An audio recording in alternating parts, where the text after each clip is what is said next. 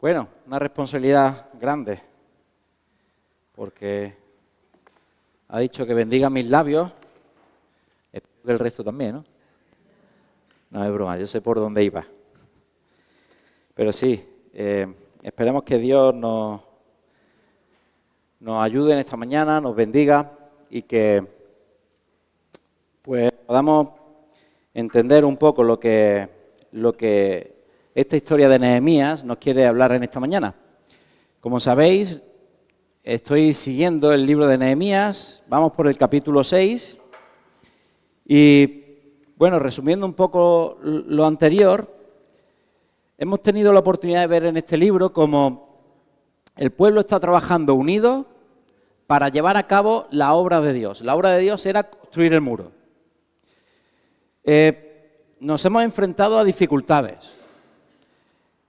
Hemos primero tenido que pedirle permiso al rey de un país extranjero para que nos diese permiso para ir a Israel a construir el muro. Hemos tenido que conseguir los recursos necesarios para construir el muro, porque llevamos 70 años esclavos, así que no teníamos recursos. Hemos tenido que sufrir la amenaza de enemigos que querían venir a atacarnos con espada. Hemos visto que además el pueblo ha tenido miedo, ha sufrido dudas durante este proceso. Y encima de todo también, algunos de nosotros hemos aprovechado la situación para enriquecernos económicamente a costa de los demás. Eso es lo que ha pasado con el pueblo de Israel en estos primeros 5 capítulos. Por otro lado, también hemos visto a un líder que vivía en oración constante y en dependencia total de la voluntad de Dios. A un líder que sabía darse cuenta de las necesidades que había en el pueblo y tomar las decisiones en cada momento de manera responsable para alcanzar el objetivo de la mejor manera posible. Buscó los recursos para la reconstrucción, animó al pueblo a trabajar unido, reconoció la importancia y hizo que el pueblo reconociera la importancia de cumplir la obra de Dios, de reconstruir el muro, y supo adaptarse a las estrategias, a los ataques que hubo en cada momento, y supo buscar la manera de poder solventar estos problemas.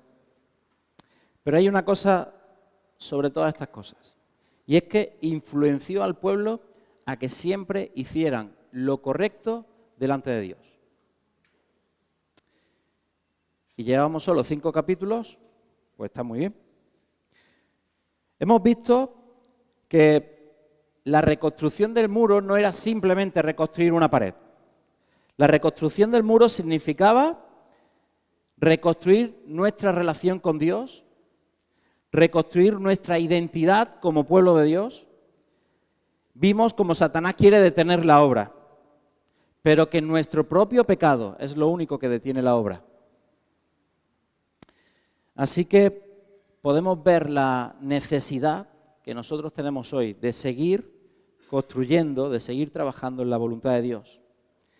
Tenemos que darle importancia a buscar su voluntad y a trabajar en santidad. Así que llegamos al capítulo 6. Y en el capítulo 6, spoiler, termina la obra. No sé de qué va a hablar los siguientes 7 capítulos porque Nehemías tiene 13. Y vamos en el 6 y en el 6 termina la obra. ¿Ahora qué hacemos? ¿Ya hemos terminado? ¿Nos vamos a casa? Ya lo veremos. Pero vamos a terminar de construir el capítulo ahora, de construir el muro ahora, en el capítulo 6. Y vamos a intentar ver el ejemplo de este final de obra que Dios nos deja para nuestro aprendizaje, para nuestra vida. Así que vamos a leer capítulo 6 de Nehemías. Y dice: Cuando oyeron Sanbalat y Tobías y Gesén el árabe y los demás de nuestros enemigos que yo había edificado el muro y que no quedaba en el portillo, aunque hasta aquel tiempo no había puesto las hojas de las puertas, Sanbalat y Gesén enviaron a decirme: ven y reunámonos en alguna de las aldeas en el campo de Ono. Mas ellos habían pensado hacerme mal, y les envié mensajeros diciendo: yo hago una gran obra y no puedo ir, porque cesaría la obra dejándola yo para ir a vosotros. Y enviaron a mí con el mismo asunto hasta 4 veces. Y yo les respondí de la misma manera. Entonces Sanbalat envió a mí su criado para decir lo mismo por 5ª vez, con una carta abierta en su mano, en la cual estaba escrito: se ha oído entre las naciones y Gasmu lo dice, que tú y los judíos pensáis rebelaros, y que por eso edificas tú el muro, con la mira, según estas palabras, de ser tú su rey, y que has puesto profetas que proclamen acerca de ti en Jerusalén, diciendo: hay rey en Judá. Y ahora serán oídas del rey las tales palabras. Ven, por tanto, y consultemos juntos. Entonces envié yo a decirle: no hay tal cosa como dices, sino que de tu corazón tú lo inventas. Porque todos ellos nos amedrentaban diciendo: se debilitarán sus manos en ellos, en la obra, y no será terminada. Ahora pues, oh Dios, fortalece tú mis manos. Vine luego a la casa de Semaías, hijo de Delaía, hijo de Mehetabel, porque él estaba encerrado, el cual me dijo: reunámonos en la casa de Dios dentro del templo y cerremos las puertas del templo, porque vienen para matarte. Sí, esta noche vendrán a matarte. Entonces dije: ¿un hombre como yo ha de huir? ¿Y quién que fuera como yo entraría al templo para salvarse la vida? No entraré. Y entendí que Dios no lo había enviado, sino que hablaba aquella profecía contra mí, porque Tobías y Sanbalat lo habían sobornado. Porque fue sobornado para hacerme temer así, y que pecase, y les sirviera de mal nombre con que fuera yo infamado. Acuérdate, Dios mío, de Tobías y de Sanbalat, conforme a estas cosas que hicieron. También acuérdate de Noadías, profetisa, y de los otros profetas que procuraban infundirme miedo. Fue terminado, pues, el muro el 25 del mes de Elul, en 52 días. Y cuando lo oyeron todos nuestros enemigos, temieron todas las naciones que estaban alrededor de nosotros, y se sintieron humillados. Y conocieron que por nuestro Dios había sido hecha esta obra. Asimismo, en aquellos días iban muchas cartas de los principales de Judá a Tobías, y las de Tobías venían a ellos, porque muchos en Judá se habían conjurado con él, porque era yerno de Secanías, hijo de Ara, y Johanán su hijo se había tomado por mujer a la hija de Mesulán, hijo de Berequías. También contaban delante de mí las buenas obras de él, y a él le referían mis palabras. Y enviaba a Tobías cartas para atemorizarme. Bueno, una historia densa, ¿no? He titulado esta predicación Las estrategias del enemigo. Fijaros, nos dice que terminarán de construir el muro en 52 días. Que a veces parece que leemos las cosas y, bueno, han construido el muro. Si el templo tardaron 40 años en construirlo, el muro tardaría no sé cuántos años, no, 52 días. En menos de 2 meses, hecho. Siguiente. Pero en 52 días no veas la de cosas que pasaron. Increíble. Y lo que quiero que veamos en esta mañana son 4 ataques que recibe Nehemías, que son diferentes, y cómo estos mismos ataques que recibe Nehemías son ataques que nosotros podemos recibir. No yo por no llamar a Nehemías, sino todos. Y pienso que son las estrategias de nuestro enemigo. Es decir, nuestro enemigo nos ataca de esta manera. Y aquí tenemos un ejemplo fantástico porque Nehemías responde y se libra de estos ataques de una manera. Pues eso es lo que tenemos que aprender. Vemos el ataque, lo reconocemos, ¿y ahora qué hago? Pues lo que hace Nehemías. No hay que ir más allá. Mirar, lo primero, ¿quién es nuestro enemigo? Y todos estáis pensando, Satanás. Sí, pero falta algo. Nosotros mismos, nuestra carne. La carne también es nuestro enemigo. ¿Y sigue faltando algo? El mundo. Ahí están los 3 enemigos. Satanás, El mundo, que es el sistema creado por Satanás en este mundo, que también está en nuestra contra, y nuestra propia carne, que también está en nuestra contra. Así que mientras estemos trabajando para Dios, que sepáis que tenéis 3 enemigos que van a estar ahí metiendo el dedo en la llaga continuamente. Así que hay que estar atentos para ver cómo los reconocemos. Dice Efesios capítulo 6, versículo 12, porque no tenemos lucha contra carne ni sangre, sino contra principados, contra potestades, contra los gobernadores de las tinieblas de este siglo, contra huestes espirituales de maldad en las regiones celestes. Oye, y todas estas palabras que utiliza este versículo hablan de autoridad, de gobierno, hablan de que están por encima mía. Y yo, si son más poderosos que yo, ¿qué hago? ¿No? Todas las palabras que utiliza van por ahí. Y claro, por eso los ataques son tan fuertes, porque no lo está haciendo cualquiera. Es el sistema donde vivimos, es Satanás, el rey de este mundo, el príncipe de este mundo, el que gobierna, y además yo mismo, con lo que me quiero. Pero también nos dice la Biblia en Santiago 4:7, dice, someteos pues a Dios, resistid al diablo y huirá de vosotros. Es decir, que el diablo no es que se vaya a quedar allí, no, huirá, te va a tener miedo, con una condición, someteos a Dios. Pero vamos a empezar. 4 estrategias. La primera estrategia se encuentra en los versículos del 1 al 4. Y en esta primera estrategia, en estos versículos, lo que encontramos es que llaman a Nehemías porque quieren tener una reunión con él. Le dicen que quieren quedar para hablar.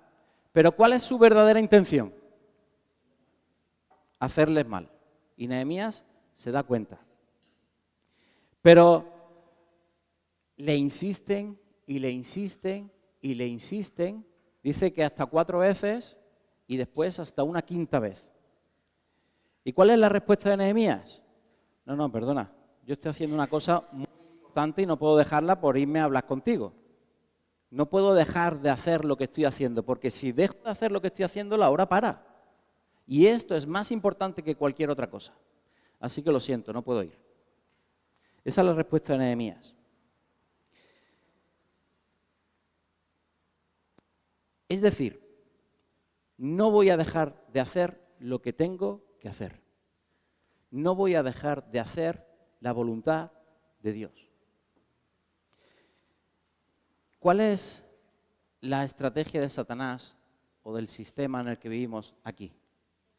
Pues yo la he titulado o la he llamado la distracción. Es como que quiere que mientras nosotros estamos trabajando para Dios, haciendo lo que Dios quiere, de repente nos llama para que miremos hacia otro lado para que hagamos algo. Y el mundo es experto en esto. Ha creado Satanás un sistema en el cual estemos constantemente distraídos. Y no es cuestión de que yo en mi vida tenga distracciones, no, es ya el propio sistema en el que vivimos.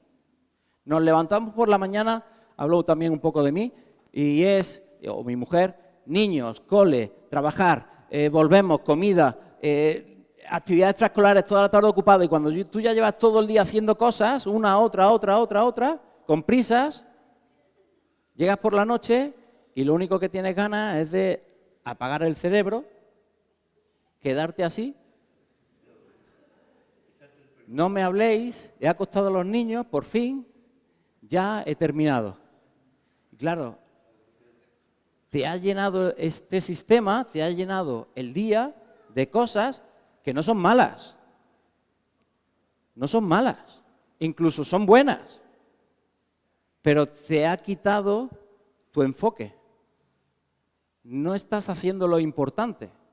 Te ha desviado. ¿Entendéis? Esto es lo que están intentando con Nehemías. Distraerlo. Cambiar su enfoque. Y nuestra carne también es experta en esto. Y es uno de mis grandes problemas, ¿no? Uno de los 200 millones que hay, pues uno de ellos también es la distracción. El que parece que nunca tenemos tiempo para dedicar un rato a orar, a leer la Biblia, a meditar, a estar parados, sin hacer nada, pensando en lo que Dios quiere, a buscar intensamente a Dios. Yo les pongo un ejemplo a mis niños muchas veces en clase que les digo, mirad, que sepáis que Dios está en vuestra habitación, en vuestra cama sentado, allí está Dios. Y Dios está allí con una emoción terrible porque está en tu cama, deseando que tú vengas un rato a estar con Él. Pero llegas del instituto y pues tienes que descansar después de comer, después tienes que hacer los deberes, después tienes que salir, clases, después tienes que ver a tus amigos, después tienes que estar con el móvil y cuando llegas por la noche llega Dios y dice, oh, por fin, ya viene, por fin, ya viene a estar conmigo. Y llegas tú, te acuestas en la cama y dices, buenas noches. Pero lo más increíble de esto es que Dios en ese momento no está diciendo, hay que ver qué decepción más grande que yo todo aquí todo el día esperando a que venga y por fin viene y nada. No, Dios está diciendo, bueno, mañana seguro que sí. Sigue con la expectación de estar contigo un rato. Y no se rinde. Sigue deseando estar contigo. Y es bonito tener esta imagen de un Dios cercano que está deseando estar conmigo, como si yo fuera alguien, como si yo mereciera la pena. Pues ese es mi Dios, que piensa que sí, que merezco la pena, que merece la pena estar conmigo. Pero nos cuesta mucho trabajo estar sin hacer nada, lo que nosotros llamamos nada, ¿no? Parece que nos aburrimos, parece que tenemos que estar ocupados y el mundo nos da las cosas de manera inmediata, ya, lo que necesitas, lo que quieres, lo que te divierte, ahora ya, un botón, pum, ya lo tienes. Es experto en distraernos.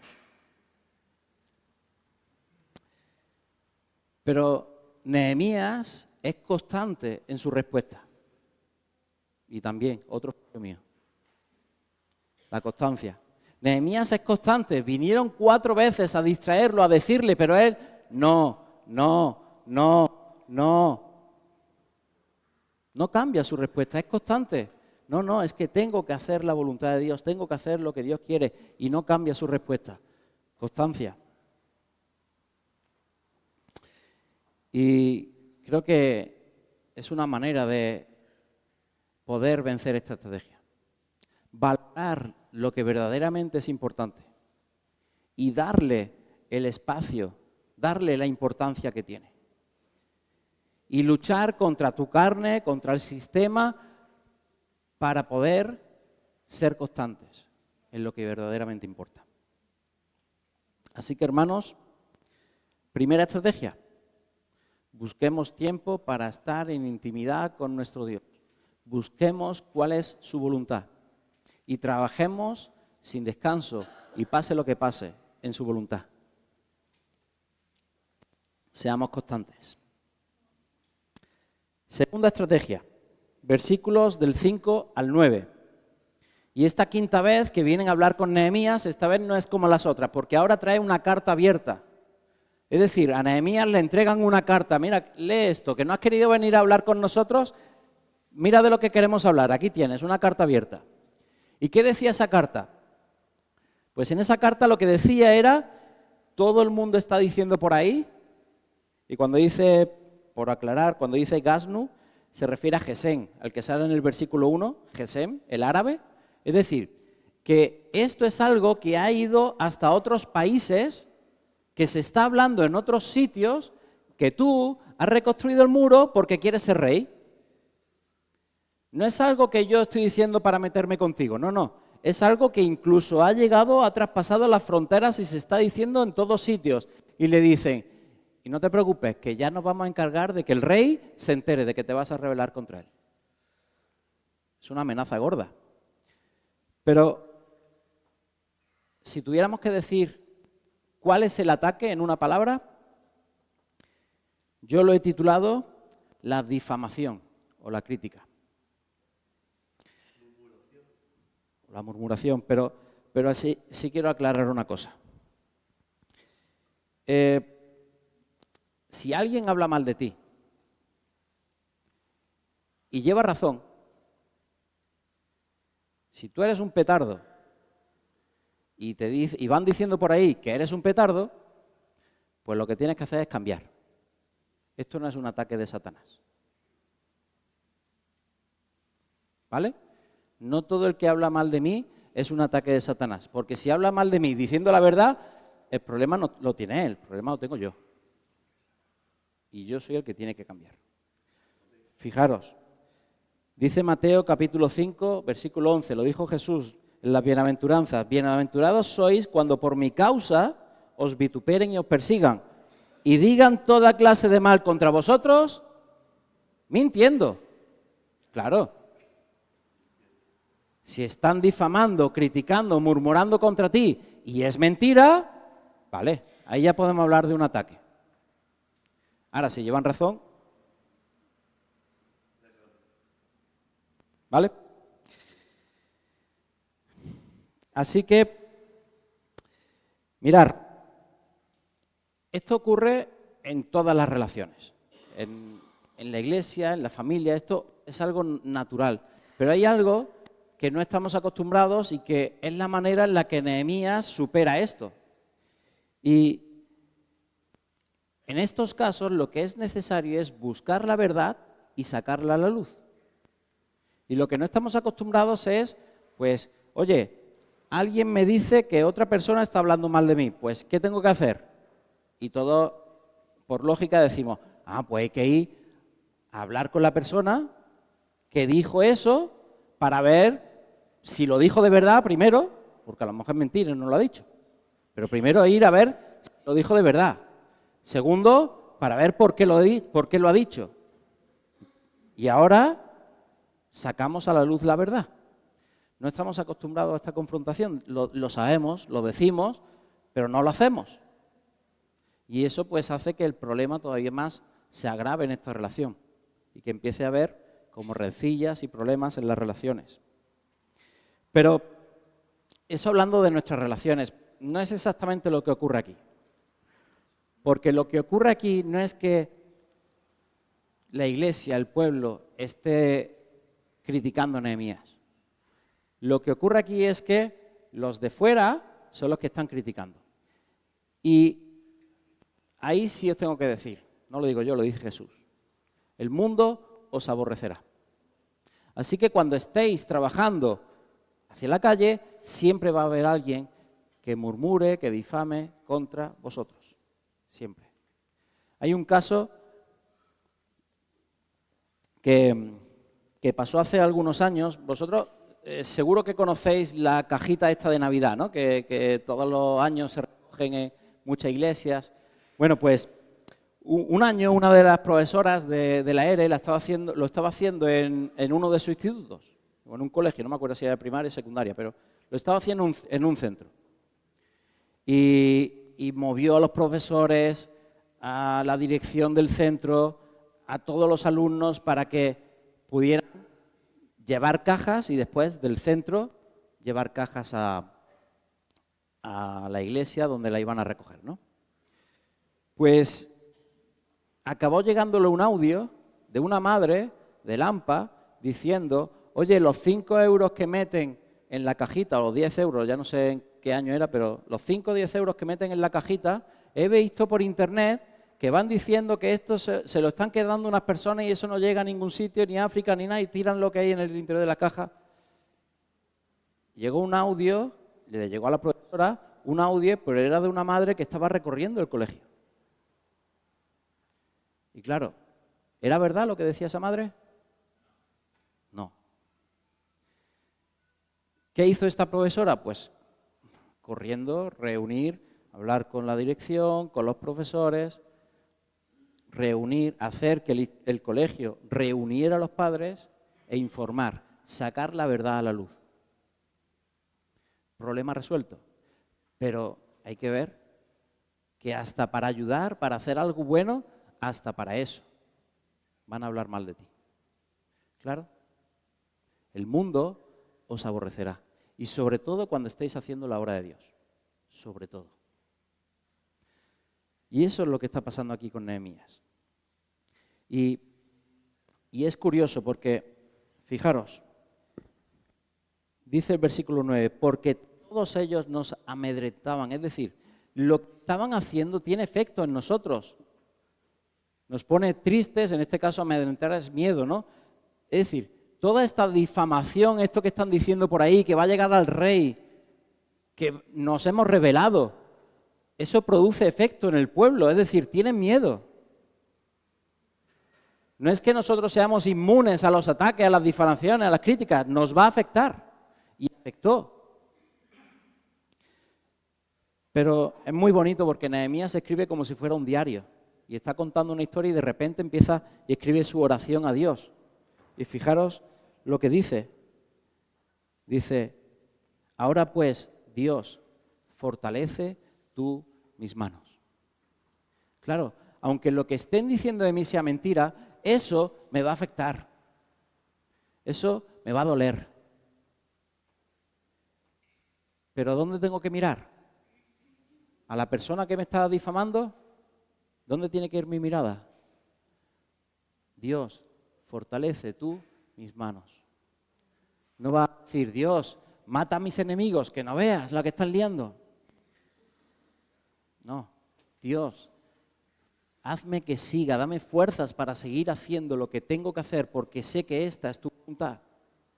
No permitas que yo pare y a pesar de mi miedo, de mi incertidumbre, de lo que estoy sufriendo, del dolor que tengo, no permitas que yo pare, dame fuerzas para seguir. Y esa es la oración de Nehemías, en mitad de la difamación. Así que,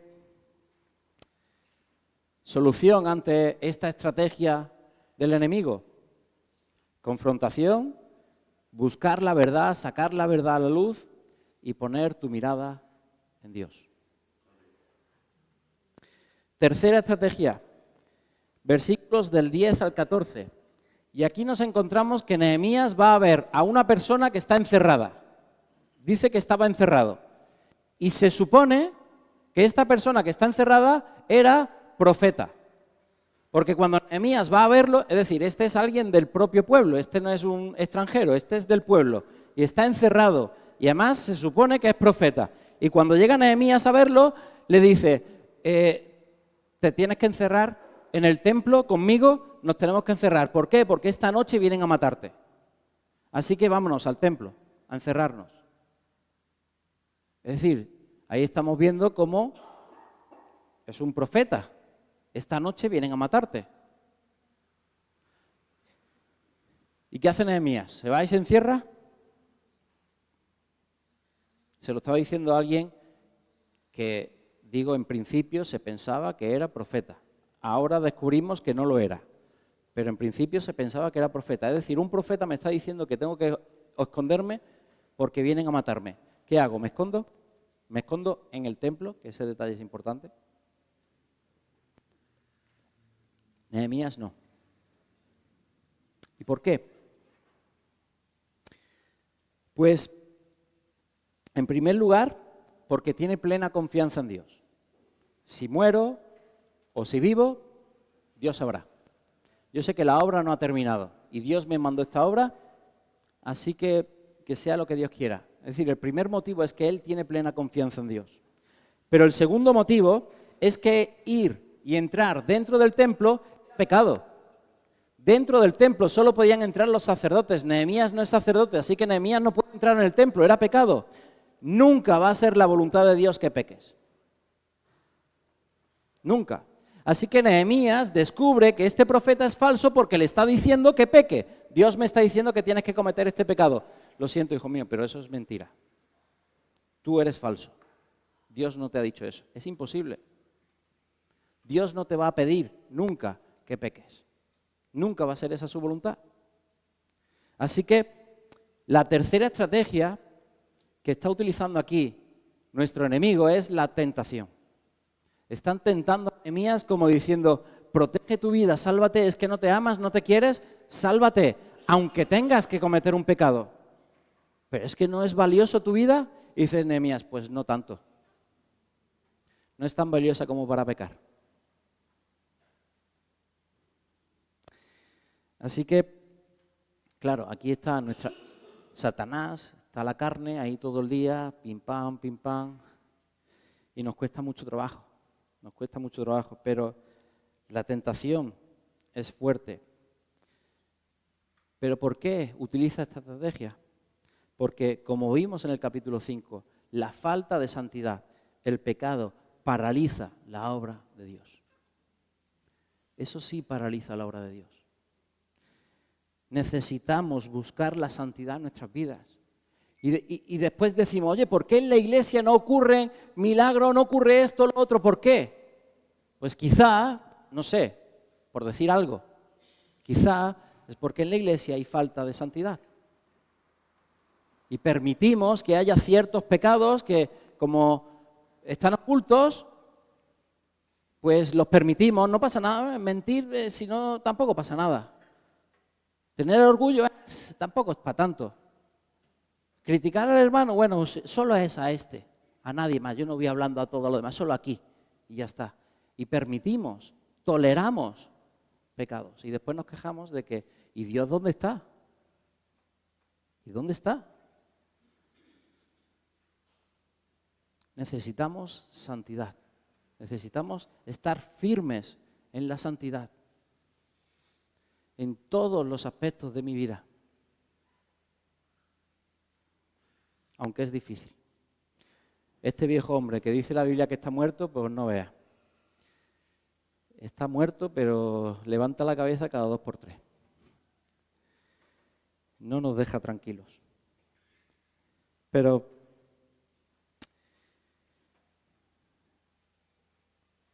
hay una cosa increíble en este texto. Y es que hay una característica de Nehemías que ojalá la tuviéramos todos, que es el discernimiento espiritual. Nehemías siempre reconoce que es un ataque, aunque era un profeta, aunque eran los enemigos, pero sus intenciones, reconoce sus intenciones. Ese discernimiento para saber lo que viene de Dios, lo que no viene de Dios, lo que es voluntad de Dios o lo que no es voluntad de Dios, ese discernimiento espiritual que viene de Dios es necesario en la iglesia. Necesitamos este discernimiento. Y no creo que esto sea algo limitado solo para algunos, porque el Espíritu Santo lo tenemos todos. No creo que solo haya algunas personas en la iglesia que tengan este discernimiento y los demás tenemos que, pobrecito de mí que no lo tengo. No, yo creo que esto es algo que todos, en mayor o menor medida, pero todos debemos tener. Es como que debemos tener un radar que cuando vemos algo peligroso empiece pip, pip, pip, pip, pip, pip, pip. Pero a veces parece que este radar está apagado y no nos damos cuenta y vamos de cabeza. Y la pregunta entonces es ¿por qué? ¿No llegamos a reconocer la voluntad de Dios? ¿Por qué no nos damos cuenta de estos ataques? ¿Por qué nuestro radar está apagado? Y es que necesitamos estar conectados con Dios, tener intimidad y buscar a Dios. Si esa conexión con Dios está cortada, tu radar estará apagado. Por eso es necesario santidad. Necesitamos tener intimidad con Dios y vivir en santidad. Y así tendremos el discernimiento espiritual que tiene Nehemías. Y por último, la última estrategia. Versículos del 15 al 19. Más bien del 17 al 19. El 15 y el 16 para después. Pero del 17 al 19 lo que nos encontramos es que Tobías, el personaje que sale al principio del capítulo, se han confabulado, una palabra muy bonita que me he equivocado, pero se han confabulado, se han puesto de acuerdo con él muchos de los principales de Judá, es decir, siendo extranjeros, siendo de fuera del pueblo, pero se han puesto de acuerdo con él en contra de Nehemías muchos de los principales de Judá. ¿Y por qué? Pues porque Tobías, según nos dice esos versículos, estaba casado con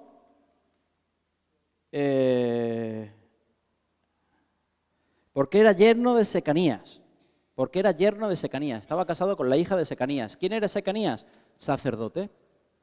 Era un sacerdote. Que además, de las 24 familias sacerdotales, según he buscado, era de la familia número 20. Es decir, uno de los sacerdotes que en una época del año, en un mes, estaba él sirviendo los 30 días. Uno de los sacerdotes que trabajaban en el templo. No era cualquiera. Y además, en el capítulo 3 lo vemos ahí reconstruyendo el muro. Es decir, alguien importante. Pero no solo esto, es que además su hijo estaba casado con la hija de Mesulán, nombre muy bonito para vuestros niños, para vuestros nietos. Mesulán, Berequías, precioso. El Bere, mira el Bere, ven acá, Bere. Pues Mesulán era hijo de Berequías.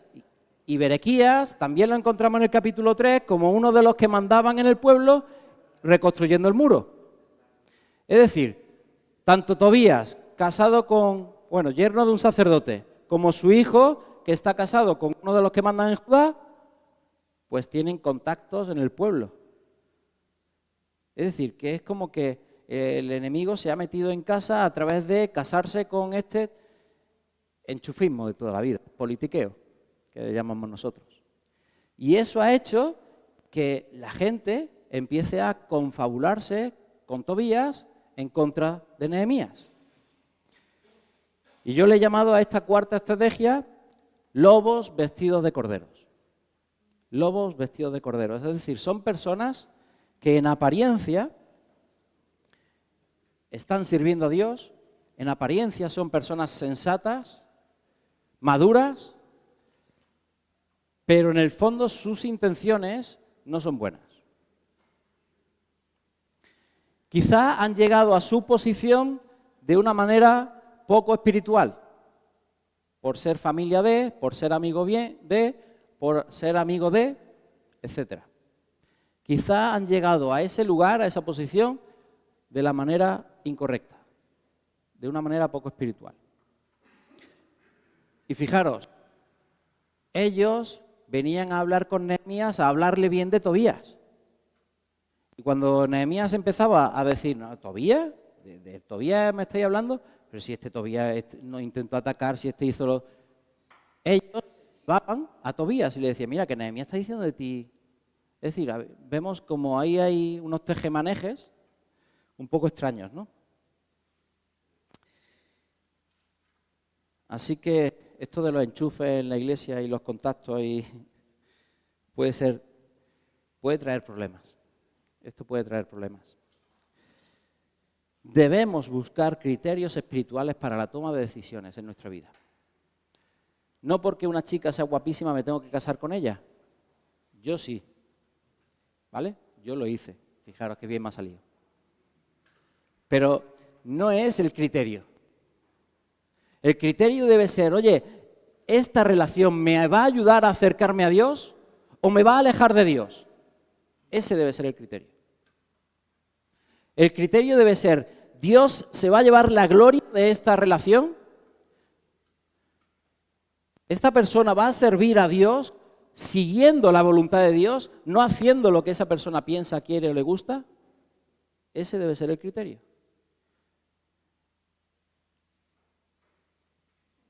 Así que es muy difícil, yo lo sé. Pero la iglesia debe funcionar así. Nuestra vida debe funcionar así, por criterios espirituales. Porque es la única manera en la cual vamos a poder confiar en que Dios está controlando lo que sucede. Si no es por criterios espirituales, entonces no lo puedes saber nunca si es voluntad de Dios. Porque no has pensado en Dios para tomar esa decisión. Y eso es un problema. Además es una situación que duró tiempo, porque la manera en la que vienen a hablar, se van, eso indica que no es un día, eso indica que es durante tiempo. Y Nehemías está aguantando a esta gente que vienen todos los días a decirle durante mucho tiempo. Y fijaros, dice al final del todo que nos atemorizaban. Es decir, que esta situación a Nehemías le seguía provocando miedo. Que gente dentro del pueblo de Dios estuviera yendo en contra de la voluntad de Dios. Eso le provocaba miedo. Ya no sé si miedo de estas personas o miedo de que Dios se cansase y dijera, no sois mi pueblo, pues buscadme a mí un ratito, aunque sea. Siempre entre vosotros con estas discusiones, con estas cosas. ¿Cuándo vais a mirar hacia arriba? Quizá el miedo era de que Dios se cansase de ellos, no lo sé. Esto ya es imaginación mía. Pero esa situación le provocaba miedo a Nehemías. Así que, en resumen, vemos que la intención de los enemigos es parar la obra de Dios. Entretenernos para que dejemos de trabajar, difamarnos, poner a la gente en nuestra contra, que haya falta de santidad en el pueblo y meternos miedo cuando no se está trabajando de manera espiritual. Así que nuestra respuesta, ¿cuál debe ser? Pues nuestra respuesta debe ser enfocarnos y darle importancia a la obra de Dios, sacar la verdad a la luz y confrontar, que haya santidad en nuestra vida y vivir espiritualmente, tomar decisiones de manera espiritual, para que de esa manera tengamos el discernimiento que necesitamos para ser conducidos por Dios. Y vamos a terminar con los versículos 15 y 16, que dejé para el final. Aquí en estos versículos vemos que la obra está terminada. Quedaba poco, pero ya la obra está terminada. ¿Y cuál es el resultado cuando la obra está terminada? ¿Cuál es el resultado? Es una humillación para el enemigo. Todos se llenan de temor. ¿Veis? Someteos a Dios, resistid al diablo y huirá de vosotros. ¿Veis el resultado de cumplir con la obra de Dios? Si ese es el resultado de cumplir con la obra de Dios, ¿cómo pensáis que serán los ataques? Si cuando cumples la voluntad de Dios, el enemigo es humillado y tiene miedo, ¿cómo pensáis que va a atacarnos el enemigo todo el camino? Pues muy fuerte, todo lo fuerte que pueda. Pero no os preocupéis, en el mundo pasaréis aflicción, pero no os preocupéis. ¿Por qué? Porque yo he vencido al mundo. Si Dios es por nosotros, ¿quién contra nosotros? ¿Y quién se lleva la gloria de todo esto? ¿Lo dice? Fijaros, el último versículo, el 16, dice: y conocieron que por nuestro Dios había sido hecha toda esta obra. El enemigo, dándole la gloria, reconociendo que esto era obra de Dios. El propio enemigo es el que va a reconocer que la obra es de Dios. No es que el pueblo le diera gloria a Dios, no, el enemigo reconociendo que era la obra de Dios.